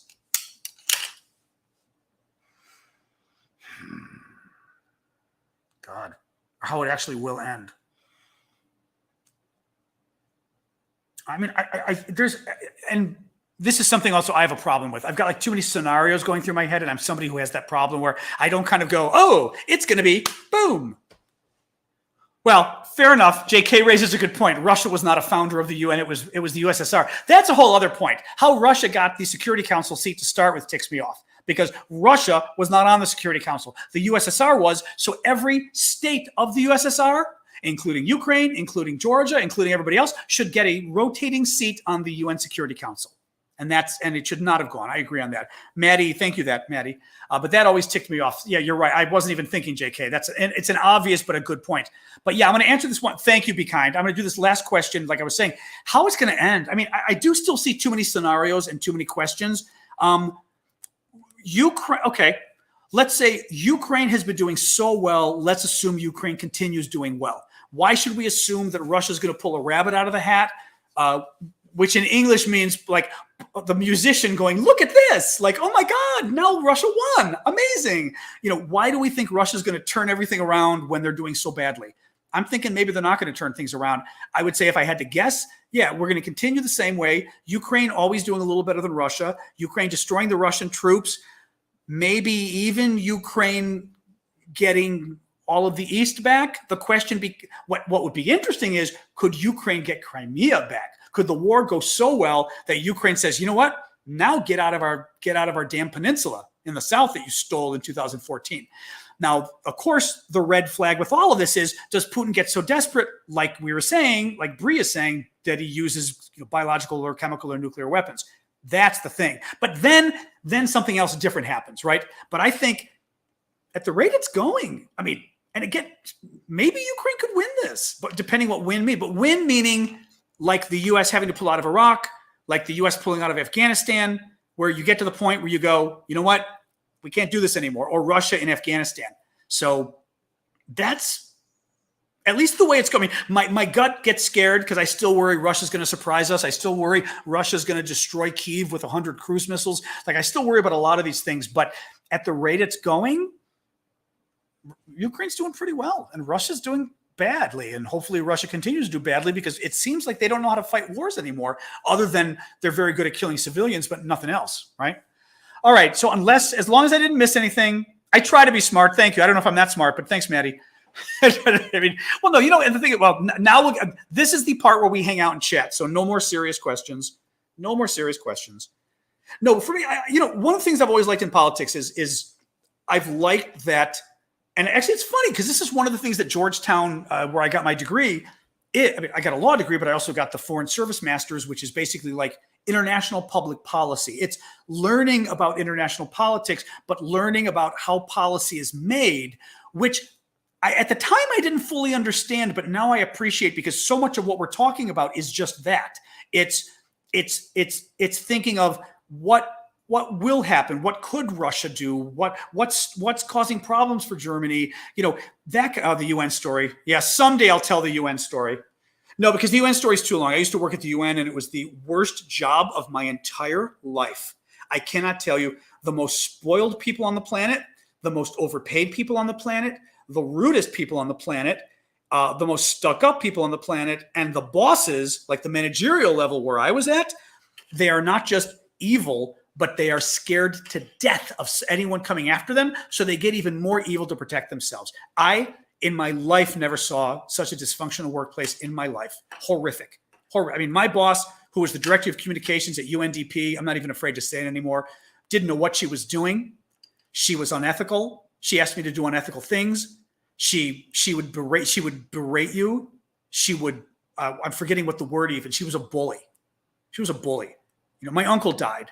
She was on vacation for a week. My uncle died. And I asked her deputy if I could, my mom's brother, they're very close. And she said, no, of course you can. Well, no, I asked. The other staff laughed and they said, you don't have to ask to go home for a funeral. You don't work in America anymore. This is the United Nations. You get to go home for family funerals. And I was like, woo! But it was funny. As an American, I was like, I'm really sorry. It's my first month on the job, but my uncle died. I've really got to go home. My mom's brother. But again, it was a funny American story. Well, evil boss comes back the next week and she goes, so how was your meeting with so-and-so? And I said, oh, that meeting was on Thursday. Remember, I wasn't here. I was gone in Chicago. And she goes, what? Why? I didn't hear about this. And I said, and I'm thinking the deputy must have told her, but also she was on vacation. I'm going to send her an email saying, just so you know, your deputy, I'm out of town, but I'm back by the time you don't email your boss on vacation and say, hey, I'm gone for 3 days, but you're not talking to me anyway. So anyway, I said, well, yeah, for the funeral. I didn't know about that. What are you talking about? I said, well, my uncle died. We were very close. And as I'm saying this now, and I'm surprised because I don't cry, my eyes are tearing up as I'm saying this because it was, I love my uncle. And literally, I'm sitting there with tears in my eyes, and she looks at me and goes, this is exactly, I'm going to look at TikTok. This is exactly what I'm talking about. You people never tell me. And she goes, oh, I'm sorry. And I literally looked at her and went, thank you.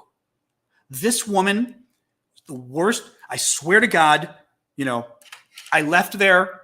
Let's just say I left on my terms. We'll leave it at that.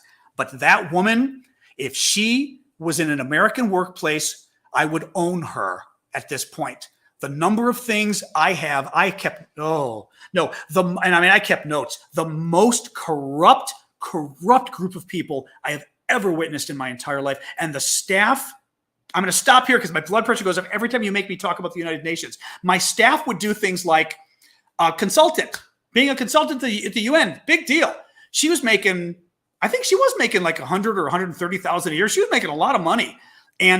But as a consultant, and she comes to me and was complaining, she wanted something. And in the staff meeting, she goes, what would be neat? We should do blah, blah, blah, blah, blah in my staff meeting, because I was in charge of the internet and all the online stuff at United Nations Development Program, UNDP, and PNUD. And she came up with a great idea in the meeting. So afterwards I said, and I'm trying to empower them. And I said, you know what? That was a great idea. You've got so many great ideas. I'd like you to take it on. And she looks at me, she goes, I don't think so. That's your job. And she said it like that. And I'm looking at her going, you're a consultant. I have to renew your contract every 3 months, and you have the balls. This woman nonstop would talk to me this way. Our web guy would just go on vacation. He literally, next week I'm leaving on vacation. He was a Russian Ukrainian. This guy. Let me tell you. I'm not going to make any jokes about whose side he'd be fighting on. But this guy, next week I'm leaving on 7 weeks vacation. I'm like, next week? You're telling me now that you're gone for 7 weeks? Yeah. And he was the computer tech, like the web tech. So he was the one who understood all the crazy, horrible, database and everything else. And I'm like, is there somebody that can help? Well, Mike can help you a little bit. He doesn't know it very well. I'm like, okay. Will we be able to reach you if there's any disaster? No. Oh, okay. He was the one who decided that he was no longer going to have weekly meetings with me, because I had 13 staff, which was crazy. And rather than meeting with them all every week, because it was crazy, I would have a staff meeting every week, and then one-on-one we'd meet every 2 weeks. And honestly, it was just whatever you want to talk about. So, and if there's nothing to talk about, we don't have to do it. I'd sit down with him. He would literally sit there and be like, Mr. Soviet, wouldn't say anything. Well, finally, around September, he decides these meetings are no longer helpful for him anymore, so we're not going to have them anymore. My staffer told me, his boss, that we were no longer going to have these meetings checking in because he didn't find them helpful. And I was like, so I went to HR because my boss was refusing. At this point, my boss was refusing to do anything to help. So I go to human resources and they say to me, I had to have an hour-long conversation with human resources explaining to me for an hour about all the nice ways I had to reach out to this jerk. You should write him a really long letter and tell him how valuable he is. I was just inside going, it's never going to effing happen.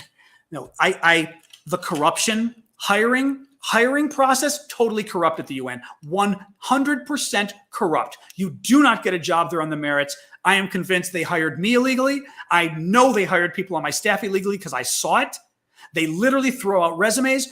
I was ordered not even to hire anybody from the UN. Literally, my boss ordered me when we were hiring staff. She goes, don't pick anybody from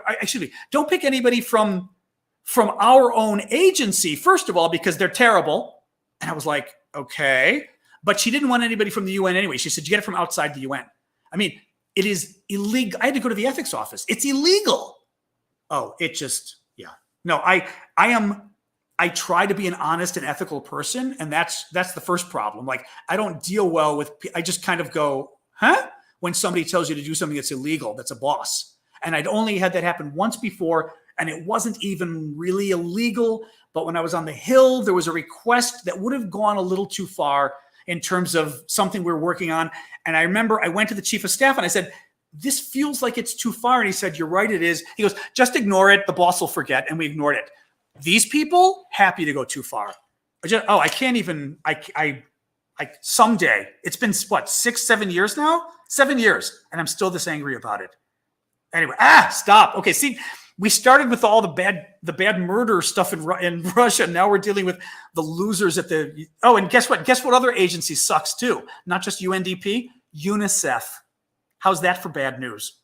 I thought UNICEF was the good place until I met people working at UNICEF and they were like, oh no. Yeah. Horrible. Just horrible. So, yeah. So I know I do need to write a book about that. So as I've told folks, I've already had, thank you for that. See, thank you for the TikTok stuff. Somebody's doing birds. We needed something happier. Thank you. I assume Red Cross is just as bad. All of these organizations there's a small number. Oh, that's cute. The fireflies. Oh, that's cute. The fireflies. I hadn't seen that before. There's a small number that are good employees. I met some I remember when I first started actually at the UNDP, one guy I really liked. You just didn't have time for friends because everyone's married. So nobody has time for friends. They're all married with kids. But one guy I'd met and he told me my first week and he said, this place is awful. I said, what do you mean? He said, my mother told me, she goes, I want to donate to the UN now that you're working there. And he said, you will not donate to this organization. He goes, I forbade my mother from donating to any UN organizations. And remember the first week he goes, that's how bad it is. And I didn't know. I was excited. Anyway, I know. All right. No more UN. I do need to write the book at some point because I need to hold that boss accountable because I guarantee you the way she was with me and everyone around us, she didn't just develop this way, American too, but she didn't just develop this way when she started working at the UN 7 months before me. All the other, she's got some big high paying job now too.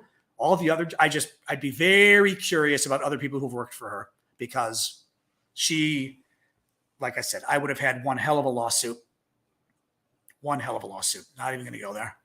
Anyway, blah. See, this is what happens. And you knew, whoever asked, you knew if I went off, I was going to go off for 10 minutes about the UN. You knew it.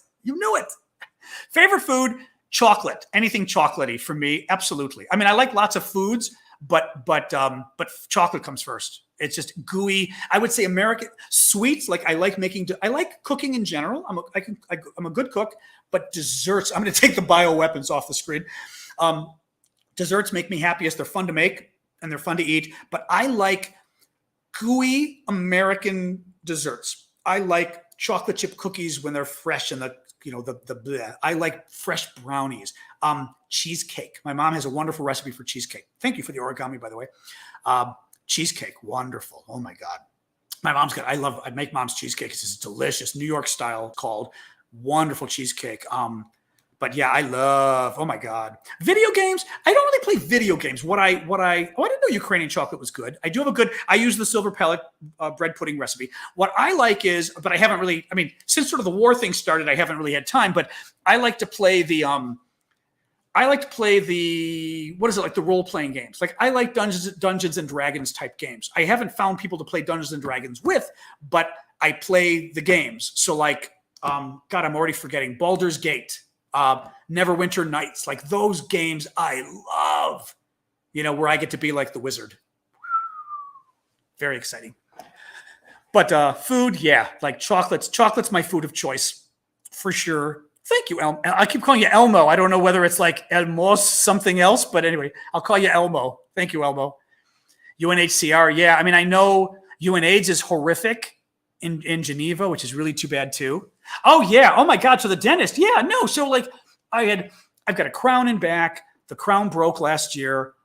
It had broken, both crowns broke. I know Baldur's Gate 3, I've been supposedly coming out. Baldur's Gate 3, it feels like it's, always on the verge of coming out. I keep hearing, but yes, I'm looking forward to that. No, but I had one crown break, the other crown break. The dentist replaced it. And then I was having tooth pain. She tests it. She goes, I think you need a root canal. I go to the root canal lady. She says, yes. I pay first of all, the damn crown cost $2,500 or $2,000, whatever the hell it was, $2,000. The root canal lady is $2,400 for the root canal. What do? Paid it out of pocket. And since the root canal, my jaw has been hurting and it's just been hurting. And what's weird is even when I talk to you guys, it can set it off. So the jaw's been hurting. Anyway, we've gone back again and again. She gave me a different kind of mouth because I grind my teeth, She gave me a new thing for my mouth. Well, it's still hurting. Bottom line is, it's been almost a year now. I'm hoping that she's not saying this. Her own receptionist says to me today, why don't you go to a different dentist? Let me recommend somebody else because they're part of now a larger practice. She says to me, I think you should go to someone else. I'm like, okay. So I went to this new lady today who's Turkish and she's lovely. First I was like, what is that accent? She goes, Turkish, I'm Greek. So we bonded over the Greek turkey thing, which is nice because once upon a time that wouldn't have been a bonding, but totally love this woman. This love, fabulous. I tell her the story and she's like, okay, first of all, your crowns aren't supposed to break. There's something wrong with the way it's fitting. She goes, or they wouldn't break. And I'm like, I had 2 crowns that broke that I had to pay. You know, like I said, I don't remember now. It was horrific what I paid for the crowns. Maybe it wasn't 2,000. Was it 14? It was 1,400. I think I paid for the crowns. Horrific. Each one. Not an infection, they claim too. I thought infection as well. But in any case, they think she was like, first of all, okay, the crown shouldn't be breaking. Second of all, that thing she gave me for the mouth guard, she goes, that's making your teeth worse. We're throwing it out. I was like, oh my God. And I said, I just paid $375 for it. And she goes, this entire visit is free. Don't worry. I was like, thank you. Everything the other dentist had done was wrong. And she then goes, I'm not convinced you needed a root canal. I said, that thing was $2,400. And I said, are you freaking kidding me? And she said, no. I mean, DC is more expensive, by the way, than the rest of the country. But she goes, no. She goes, they should have tried a lot more other things. And I literally was like, you've got to be kidding me. You know, now mind you, the dentist is part of the same practice. So I'm still in a situation where I'm like, you know, I just paid $4,000 for this tooth of stuff that you say shouldn't have happened. I appreciate if she's doing some free stuff for me, but the free stuff for me is probably going to be like $1,500 total. So anyway, so I've got a new dentist, but I'm still like glad I found this woman, pissed off about what I found, and unsure whether the stuff she's doing for free is enough because I keep thinking, like I said, did I just spend $4,000 because I had horrible dentists and stuff? Like it's, yeah. I told her too, I said, I swear to God, I've been thinking of just pulling the damn thing out. She's like, we're not pulling your teeth. I said, all right. But no, she was lovely. She got me some stuff for tonight. So we're doing a whole other approach. She's like, we are going to fix this. I was like, hey, I almost cried. I was like, thank you. No, I mean, it's horrible. Like your jaw hurts. And then it's called TMG. Like the jaw hurts. And then this started hurting and this started hurting. I told her, I was like, that's when I came in again. I was like, I can't, this is ridiculous. You know, literally a couple nights when I was doing this with you guys, I'd be halfway through and I'd either feel the pain here or here. And I'm like, all I'm doing is talking now and the jaw is hurting. She also has me doing ibuprofen. Like you do a pretty high dose of ibuprofen to try to get it to calm down, which is funny because what did Dr. John say? You know, I read up like you see with this stuff. I read things. I read a lot of things and I like to read stuff and digest the information and I said to the other dentist, I said, you know, if the problem is that my muscles and ligaments are so inflamed, I mean, they're also getting hurt because the teeth aren't going together right. But if they're so inflamed, isn't there some prescription I can take to help the inflammation? No. This woman tells me, yes, of course there is. There's muscle relaxants, but because of some other drugs I'm on, she didn't want to give me the muscle relaxants, or she said ibuprofen. You do, you know, it's a higher dose of ibuprofen. By the way, all these, like ibuprofen, you all know, it can be very dangerous in high doses. So you don't do a high dose without your doctor. But she gave me a high dose to do for a week. But it also pissed me off because I was like, this is what I said. Like, this is what I was talking about I said, if it's muscle or joint inflammation, there should be pills that help that. And there are. So if I don't come back into life as an ambassador, or I mean, as a whatever, I'll come back as or a newscaster. I'll come back as a dentist. Oh my God. But anyway, I'm at least feeling better. TMJ? I think I said TMJ, didn't I? I thought I meant to. Well, Jessica, I mean, the thing is, like, you asked the doctor yourself, and she goes, no, there's nothing. I said, it wouldn't help taking, like, no. Like, okay. I mean, the answer to that is, she's partially correct in that if your teeth aren't fitting together correctly, and she kept sanding them down and it wasn't working, if they're not fitting together correctly, you can't sort of stop the inflammation because you're constantly inputting more source of inflammation, right? So I could see that answer, but that wasn't what she said. She goes, there's no drugs. I'm like, there's no drugs for inflammation. I was like, what about Celebrex? I mean, like, there's no drugs for inflammation. So, oh my God. Yeah, crazy stuff. But I still love the receptionist. I think because the other doctor hasn't been able to resolve this, you really should go to one of our other doctors. And I was like, thank you. Oh my God. But and then what happens? Because this is her practice got bought. So this is the practice elsewhere in town with the big dentistry bought her small practice. I go to the big dentistry and who's there when I walk in the door? My dentist. I was like, hi. She goes, hello. I was like, oh God. It's like when you change hair cutters and you're afraid, you go somewhere else and you're like, oh God, or my guy's going to see me. Sasha is hiding because it has been a rainy day outside. And either though we didn't have thunder, Sasha is a little too smart. So Sasha sees rain. Sasha assumes there will be lightning, and Sasha knows that lightning leads to thunder. So I came in. She was excited to see me, but she was shaking. And I was from the dentist, and I was like, oh my God. So my Uber ride was $50 round trip because Uber and Lyft and the cabs were all insane today in DC as well. And then I come home to my dog freaking out. So I gave her little pill and gave her a treat. And now I think my guess is she's in the bathroom. She likes to go to my bathroom. And I have, because I'm like crazy, I have a real bed for her in my bathroom. And then I've got the fake bed made up of her baby bed when she was a puppy and a lot of my old shirts and things because they smell like me. And that's the bed she uses when she's scared, which is funny. The other bed she likes. There's certain hours of the day, like early evening, she likes the bed in the bathroom. When she's scared, like thunder, she likes the made up bed in the corner of the bathroom. And I'm not even going to tell you how many beds I've got for the dog in a 1-bedroom apartment. I've never been to Oklahoma. No, I have a cousin there. I've always been curious to go to Oklahoma, but never have been. Nope, Sasha gets a small little bit of a pill recommended by the vet, so it's just enough to make her a little sleepy. So it helps. It helps with that at least, which is nice. So, what else? I don't know what else. I'm tired though. I think this weekend, at some point, I have got to do my taxes. Well, at least, yeah, I've got to do my taxes. So this is making it a little harder because doing this with you guys every day, and I'm also doing video. This is a full-time job. So like I'm doing the videos in the evening thing, but I've got to figure it out because maybe I don't know, either I'll start tomorrow during the day or Saturday, maybe we'll stick with Saturday with our normal earlier time, like 1 o'clock, because that way, and if I don't do too long, that way maybe Saturday afternoon I can at least start. As long as I start, it's good. Sasha's a Yorkie Bichon. I've got my photo book with me. I can show you. I always like to show a new little video or photo of Sasha each time we, not each time, but a lot of times we do this. Where is this? Sasha. Oops, I'm trying to write down photos. There we go. Actually, probably is easier with my glasses on. One moment, since I have to find a particularly good one, of course. Photos. Best of Sasha. Of course, I have a folder called Best of Sasha.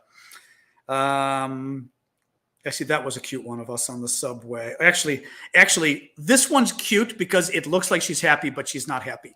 This was in New York when she was getting her haircut. And she was in the bathtub, and the groomer took the photo. The only problem is, of course, I'll show you guys a little there with a little better. The only problem is she's not happy. She's terrified, and that's why she's panting like that. But everyone thinks it's because the dogs are happy when they do that. But it's a great photo. She's really cute. I mean, she's adorable. It's a great photo. So she's this adorable little thing. But that's like she was doing. But the best part is she looks like that now. This was her as a puppy, which cracks me up. Just totally different as a puppy. Now, I don't know. You'll have a hard time. I'm trying to move over for YouTube a little bit. There we go. YouTube, you're still getting washed out. TikTok can really see where she was apricot. Look at her tail. She had like a black and apricot tail. Very apricot. Yeah, well, Yorkie and a Bichon. So Bichons are basically poodles. But, oh, there you go. Now you can see. Now I'm showing YouTube. But you see how the coloring is so much darker. I mean, now if you see her, she's blonde. She's got apricot. She's funny because she's got like apricot tips. It's very, and her coloring changes. She's 12 years old. Every time she gets a haircut, her coloring changes. She went from that dark to totally cream, but had one apricot spot on her. And literally it was like the spot of Jupiter on her butt that was apricot. Then her body turned apricot and her head went white. And I remember little kids would literally say to me, why is her head white? I'm like, And now she goes back and forth. And either she gets cream or apricot, like back and forth. It's the funniest damn thing. And I have no idea why. It just changes with the seasons. Yeah, it's very funny. She is cute. She's a lovely dog. I mean, she's two Yorkies. Oh my God. She's calmer than a Yorkie, which is nice.